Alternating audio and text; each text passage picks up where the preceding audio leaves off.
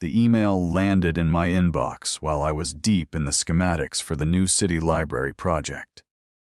A Tuesday afternoon, 15 years of marriage gone. Reduced to a terse 3-line message from Olivia. She'd filed. She'd cleared our joint account. She'd moved her new guy, David, into our place in Austin, our home. I read it twice. My coffee sat there, untouched, growing cold. My junior architect, Tom, leaned over from his drafting table. "Everything all right with the final renderings for the atrium, Mike?" he asked, oblivious. "Yeah, Tom," I said, my voice surprisingly even. "Just an unexpected structural flaw I need to address." I closed my laptop, grabbed my jacket, drove home to a house that suddenly felt like a stranger's. That night, I replied to her email. One word: acknowledged. That was all. No accusations.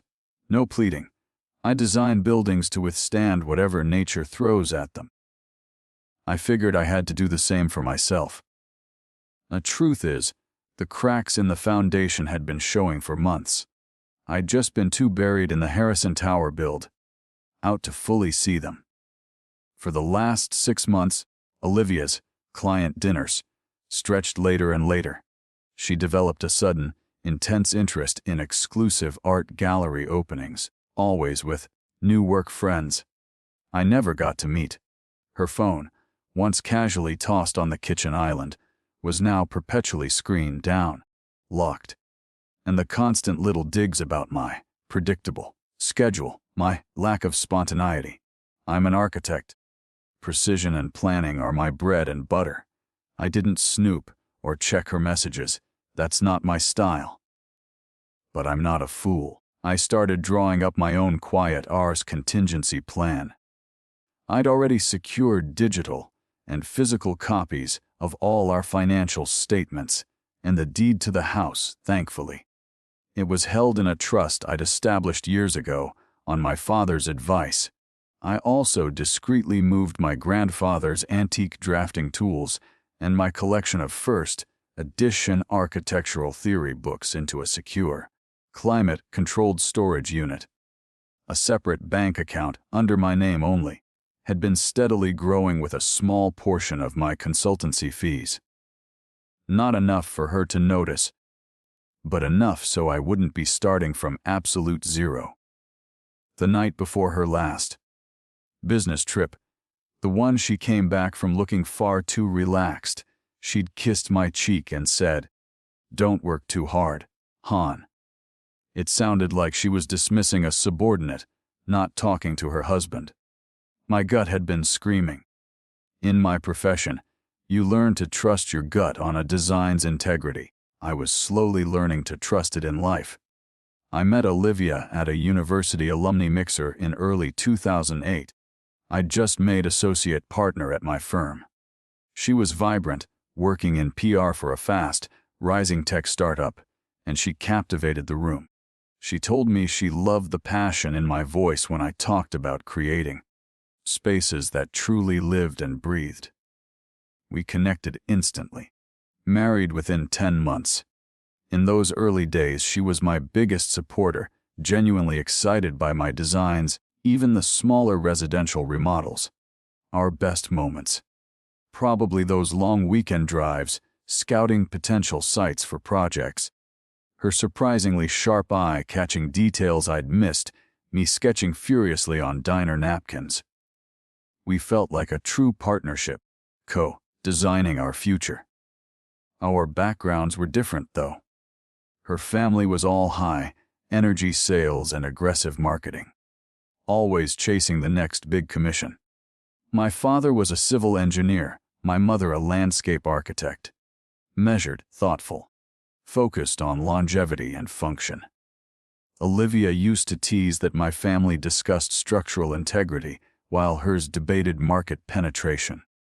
She'd often push me to leverage my talent and start a flashy development company, never quite grasping that for me, architecture was as much about the art and the aesthetics as the business. We bought our Austin house in 2012, a rundown craftsman I meticulously restored and expanded.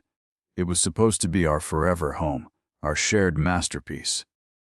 My parents, who passed within a few years of each other, left me a modest inheritance, enough to clear her outstanding business school loans and give us a comfortable cushion. She certainly appreciated the financial stability. As my career advanced, the projects got bigger, demanding more of my time: late nights, site visits that stretched into weekends. Each professional milestone seemed to add another hairline crack to our marriage. Olivia started saying I was more married to my blueprints than to her. Her own PR career was taking off, filled with endless networking events and influential contacts. I didn't get an MBA to just be an architect's wife, Mike, she snapped one evening, after I had to miss her firm's annual awards gala due to a critical deadline on the new museum wing. Our conversations dwindled to logistics: who was handling groceries, was the cleaner coming. Then she began mentioning David Chen more frequently, a brilliant and driven executive at her company. How he totally got her ambition. I tried suggesting a quiet weekend away, just the two of us, a chance to reconnect. She was completely swamped. That was the moment I knew. The final design for our marriage was irrevocably flawed, and a controlled demolition was imminent. But I never start a demolition without a clear plan for what rises from the rubble. I didn't just sit on that acknowledged email. My mind, trained to see a building's flaws before they become catastrophic, started scanning our shared life for structural weaknesses I'd overlooked. Olivia was smart, but she was also arrogant, and arrogance breeds carelessness. I started with our shared cloud drive, the one we used for household admin, taxes, old photos, buried in a mislabeled folder called Vacation Planning Old, were credit card statements for a joint card Olivia primarily used. Dinners, a lot of them, at places we hadn't been to together in years. Hotel bookings in Austin, for weekends she'd supposedly been at PR conferences in Dallas or Houston. Red flags. Then, deeper in, an invoice from an interior designer I didn't know for a master suite, an adjoining office redesign consultation. Addressed to Mims, Olivia Miller and Mr. David Chen, for our home address. My home. The one I'd poured my soul into renovating. The final straw, though, was a half-finished email draft she'd clearly forgotten in the outbox of an old, shared email account we barely used anymore. It was to David's subject, Project Future. It talked about relocating Mike's stagnant assets and/or our new venture needing a more dynamic capital flow. My blood ran cold. It wasn't just an affair. This was a calculated demolition. I meticulously downloaded everything, every statement, every invoice, every damning word. My office felt like a WAS-secure data vault, protecting the evidence. The precision I applied to a complex schematic design was now focused on deconstructing Olivia's betrayal. The next morning, I caught Arthur Hayes, a senior partner at the firm and a man I'd always respected, before our weekly partners meeting.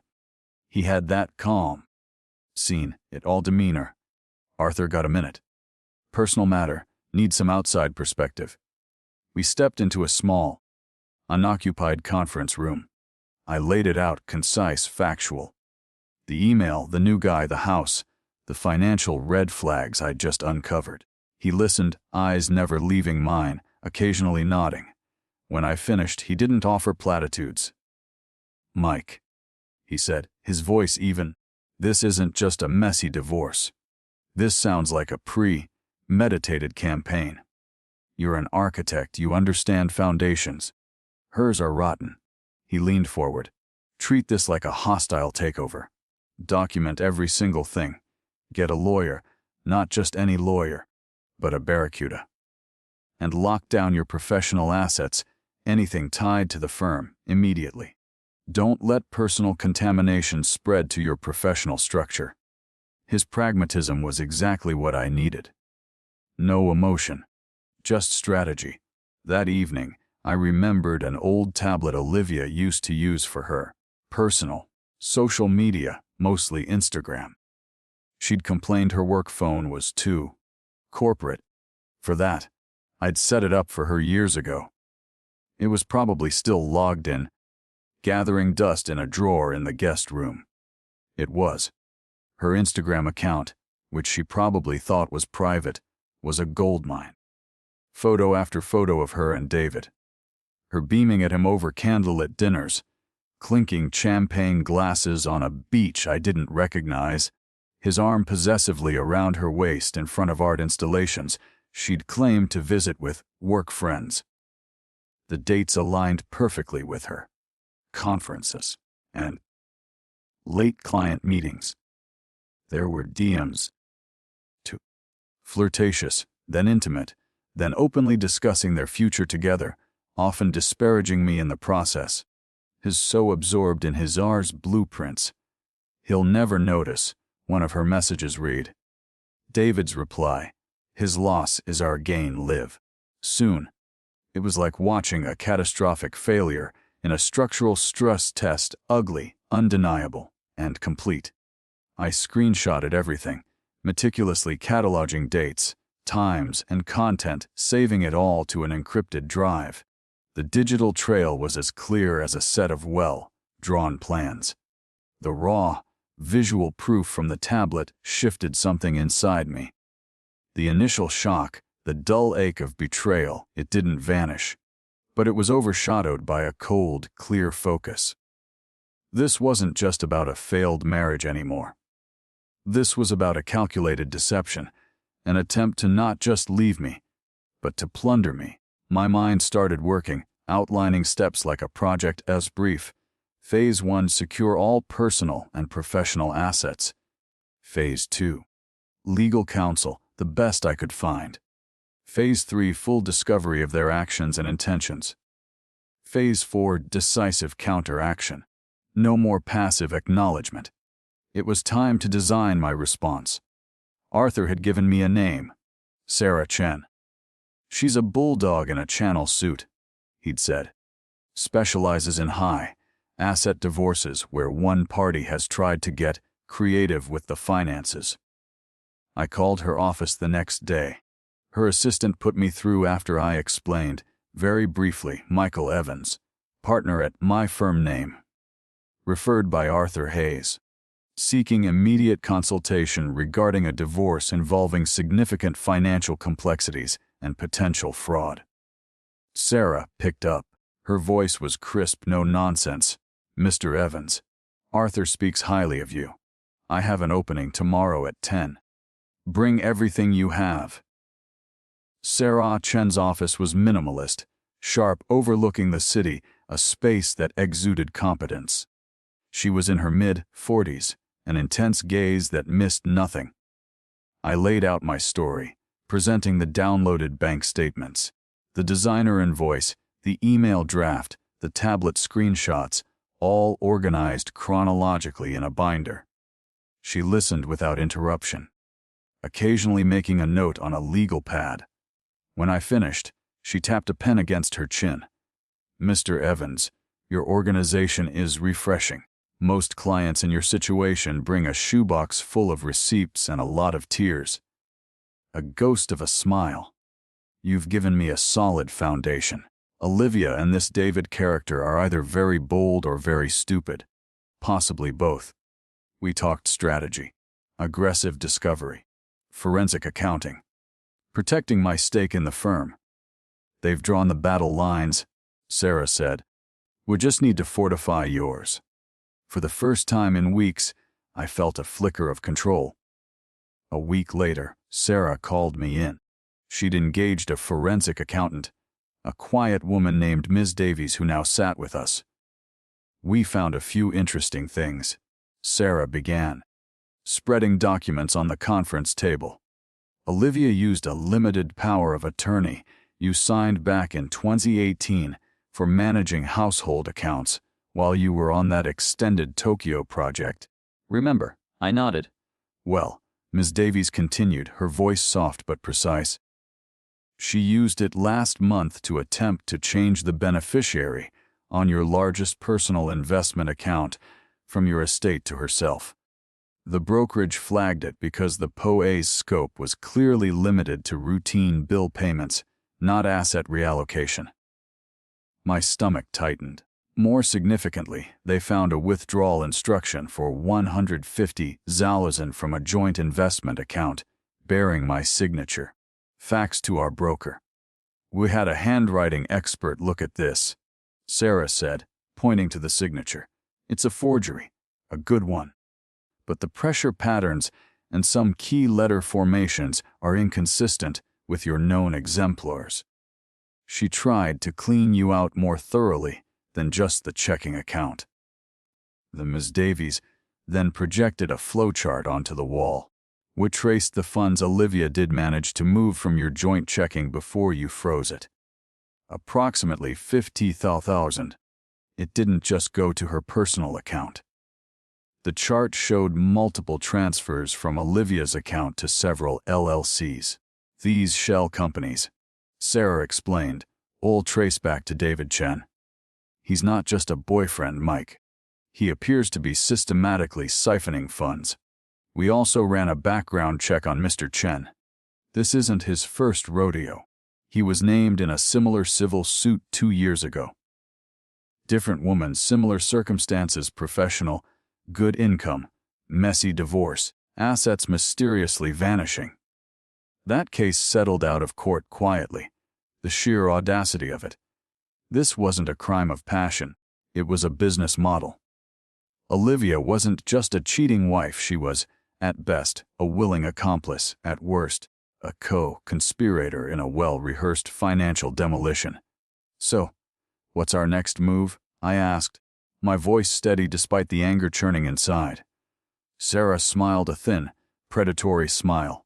We'll go on the offensive. We've prepared an ex parte motion to freeze all known assets of Olivia and Mr. Chen, citing the clear evidence of fraud and dissipation of marital assets. We're also filing for divorce on grounds of adultery and financial malfeasance, and we're petitioning for a full accounting of all their financial activities for the past 3 years. She handed me a stack of documents. Sign here, here, and here. The weight of the pen felt good in my hand. We were no longer just assessing damage, we were launching the reconstruction phaser on my terms. 2 days later, my phone buzzed. A text from Olivia. Mike. OJTE hail, Gion! Oh, my bank just called! My accounts are frozen! And I got some insane legal papers! You need to call me now.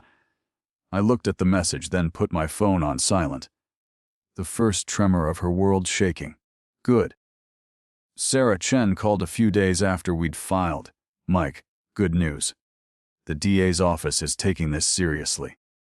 They're looping in the state's financial crimes unit based on Ms. Davies' report and the evidence of David Chen's shell companies. They see a pattern, not just a messy divorce. For the first time since Olivia's email, a sliver of grim satisfaction cut through the anger. The system was actually working. What's the next step? I asked, my voice steady. They're building their case, Sarah said. But they're concerned Chen and Olivia might try to move more assets or even flee, given the freeze. They want to observe, gather more, before making arrests. They asked if there's any way to encourage a final misstep, on our terms, fully documented. My architect's mind clicked. A controlled demolition, I muttered.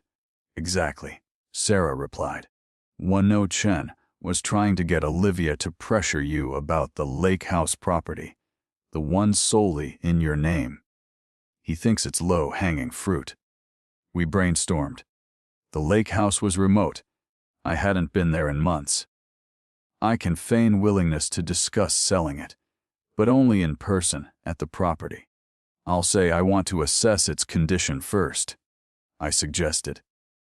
And I'll make sure the place is wired for sound and video, feeding to a secure cloud, every angle covered, like a pre-construction air site survey.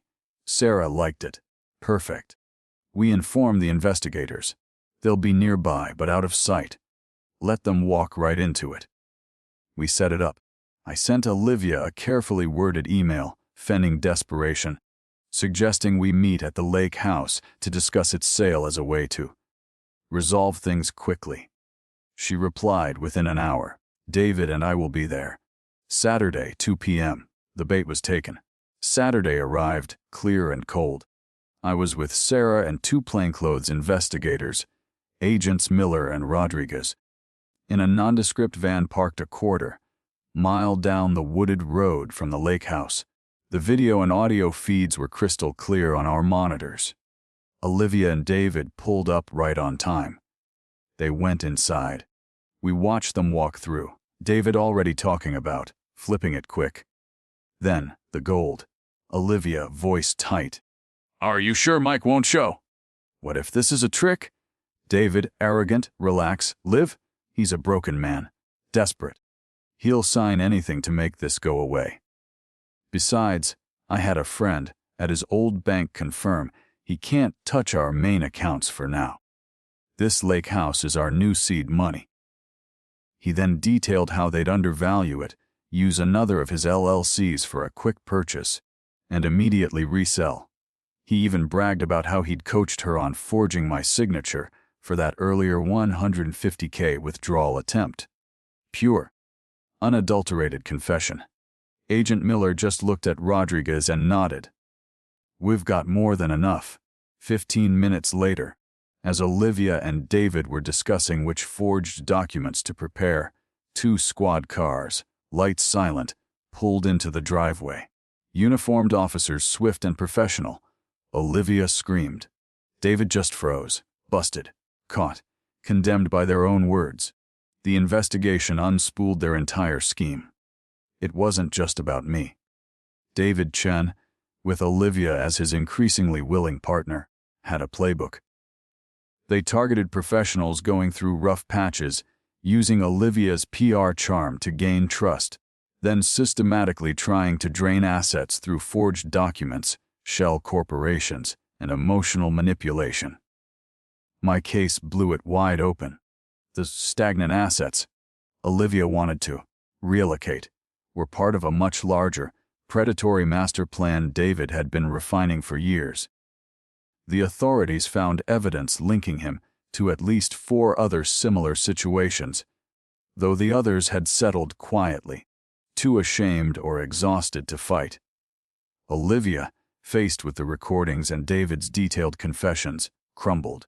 She tried to paint herself as a victim, manipulated by David. Nobody bought it. The court didn't. David Chen got 10 years for fraud, conspiracy, and forgery. Olivia, for her part, got 3 years mostly for conspiracy and accessory charges, plus hefty fines. My divorce from Olivia was finalized a month after their sentencing. No drama. Just a judge's signature on a document. A clean break, the end of a chapter. The dust settled, but Austin felt tainted. The firm, my projects, even my favorite coffee shop, everything was overlaid with a thin film of betrayal. Arthur Hayes was understanding when I told him I needed a change. "Mike," he said, "you've weathered a storm that would have broken most. Sometimes a new foundation is needed, not just for a building, but for a life." He was right. My work here, though successful, felt tied to a past I needed to escape. I didn't want to be Mike Evans, the guy whose wife tried to fleece him. I wanted to be just Mike Architect, starting fresh. The decision wasn't impulsive. It was a carefully considered design choice for my future. I worked with Arthur and the partners to transition my projects, ensuring a smooth handover to Tom and other senior architects. My clients were informed with professionalism. There were goodbyes, a quiet dinner with Arthur and a few close colleagues. No big fanfare. I sold my share in the firm back to the partnership. It was amicable, respectful. The last day I walked through the office, the place where I drafted so many dreams. It wasn't sad. It was just complete. I packed my car with my essential drafting tools, a few clothes, and my grandfather's books. Headed north, no specific destination, just a sense of quiet liberation. I found myself drawn to the Pacific Northwest. Ended up in a small town in Oregon, nestled in the mountains, near a river. Different pace, different air. I bought a small, run-down workshop with an apartment above it on the edge of town. It had good bones, a solid structure, just needed vision. My kind of project. For the first few months, I just worked on the building itself, an adaptive reuse project, transforming it into a combined living and studio space. Stripped it back to the essentials: exposed brick, old timber beams, new windows overlooking the forest. My architectural skills, usually applied to multi-million-dollar commercial buildings, found a new scale, a new intimacy. I started taking on small local projects: a custom cabin design for a writer, a sensitive renovation for a historic Main Street storefront, a community garden pavilion.